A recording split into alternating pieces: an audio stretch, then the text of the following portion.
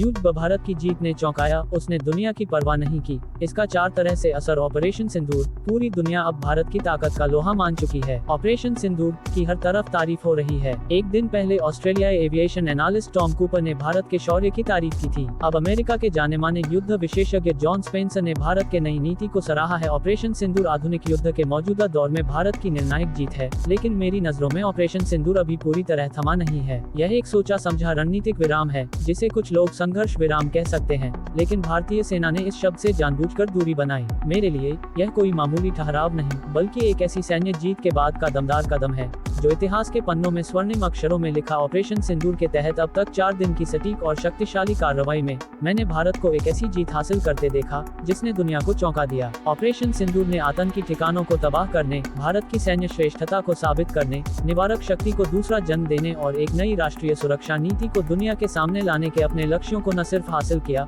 बल्कि उन्हें कई गुना बढ़ा दिया। ये सिर्फ जवाबी कार्रवाई नहीं, बल्कि भारत की ताकत का शंखनाद था। 22 अप्रैल 2025 को जम्मू कश्मीर के पहलगाम में 26 पर्यटक एक बर्बर आतंकी हमले का शिकार बने। पाकिस्तान आधारित आतंकी संगठन लश्कर ए तैयबा की शाखा द रेजिस्टेंस फ्रंट ने इसकी जिम्मेदारी ली। मैंने देखा कि इस बार भारत ने न तो समय गंवाया, न ही दुनिया की परवाह की। 7 मई को ऑपरेशन सिंदूर शुरू हुआ। मैंने प्रधानमंत्री नरेंद्र मोदी का गूंजता बयान सुना, आतंक और बातचीत साथ नहीं चल सकते, पानी और खून एक साथ नहीं बह सकते। ऑपरेशन सिंदूर एक के बाद एक चरणबद्ध कार्रवाई। 7 मई को पाकिस्तान व पाकिस्तान के कब्जे वाले कश्मीर में 9 सटीक हमले किए गए। भारतीय वायुसेना ने बहावलपुर, मुरीदके व मुजफ्फराबाद में जैश ए मोहम्मद और लश्कर के 9 आतंकी अड्डों को पलक झपकते ही नेस्तनाबूद कर दिया। 8 मई को पाकिस्तान ने भारत के पश्चिमी राज्यों में बड़े पैमाने पर ड्रोन से जवाबी कार्रवाई की। भारत के बहुस्तरीय वायु रक्षा नेटवर्क, घरेलू आकाश मिसाइल और इस्राएली व रूसी रक्षा प्रणालियों ने पाकिस्तान के ड्रोन हमलों को नाकाम किया। 9 मई को भारत ने 6 पाकिस्तानी सैन्य एयरबेस व यूएवी समन्वय केंद्रों पर अतिरिक्त हमले किए।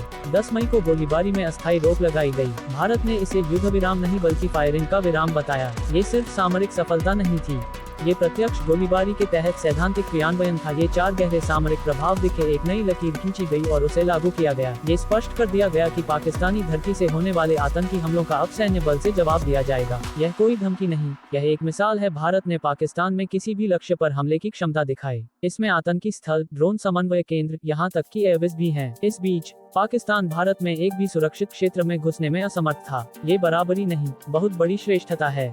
भारत ने जोरदार तरीके से जवाबी कार्रवाई की, लेकिन पूर्ण युद्ध से पहले गया। नियंत्रित वृद्धि ने एक स्पष्ट निवारक संकेत दिया कि भारत जवाब देगा, और यह गति को नियंत्रित भी करता है। भारत ने अंतर्राष्ट्रीय मध्यस्थता की मांग किए बिना इस संकट को संभाला। इसने संप्रभु साधनों का उपयोग करते हुए संप्रभु शर्तों पर सिद्धांत लागू किया। ऑपरेशन सिंदूर का उद्देश्य कहीं कब्जा करना या शासन बदलना नहीं था। ये सीमित युद्ध था जिसे खास उद्देश्यों के लिए अंजाम दिया गया। जो आलोचक तर्क देते हैं कि भारत को और आगे जाना चाहिए था, वे इस मुद्दे को समझने में गलती कर रहे हैं। भारत प्रतिशोध नहीं प्रतिरोध के लिए लड़ रहा था और यह काम कर गया। भारत का संयम कमजोरी नहीं है, ये परिपक्वता है। भारत ने सिर्फ हमले का जवाब नहीं दिया, इसने रणनीतिक समीकरण को बदल दिया। ऐसे युग में जहां कई युद्ध खुलेआम कब्जों या राजनीतिक उलझन में बदल जाते हैं, ऑपरेशन सिंदूर अलग है। यह अनुशासित सैन्य रणनीति का प्रदर्शन था।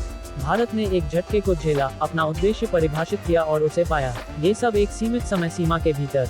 ऑपरेशन सिंदूर में बल का जबरदस्त मगर नियंत्रित इस्तेमाल हुआ, सटीक, निर्णायक व बिना हिचकिचाहट के। आधुनिक युद्ध में इस तरह की स्पष्टता दुर्लभ है। विज्ञापन कश्मीरी मुसलमानों से लेकर आतंकवाद पर क्या बोले ओवैसी, छिड़ी बहस। कश्मीरी मुसलमानों से लेकर आतंकवाद पर क्या बोले ओवैसी, छिड़ी बहस। संसद रत्न से सम्मानित होंगे 17 सांसद, जाने सुप्रिया निशिकांत समेत किस किस को मिलेगा पुरस्कार। बलूचों ने किया पाकिस्तान से अलग होने का ऐलान, प्रीमियम पाकिस्तान से आजाद बलूचिस्तान। क्या सिर्फ ऐलान करने से मिल सकती है स्वतंत्रता? अलग देश बनने का क्या है तरीका? ऑपरेशन सिंदूर।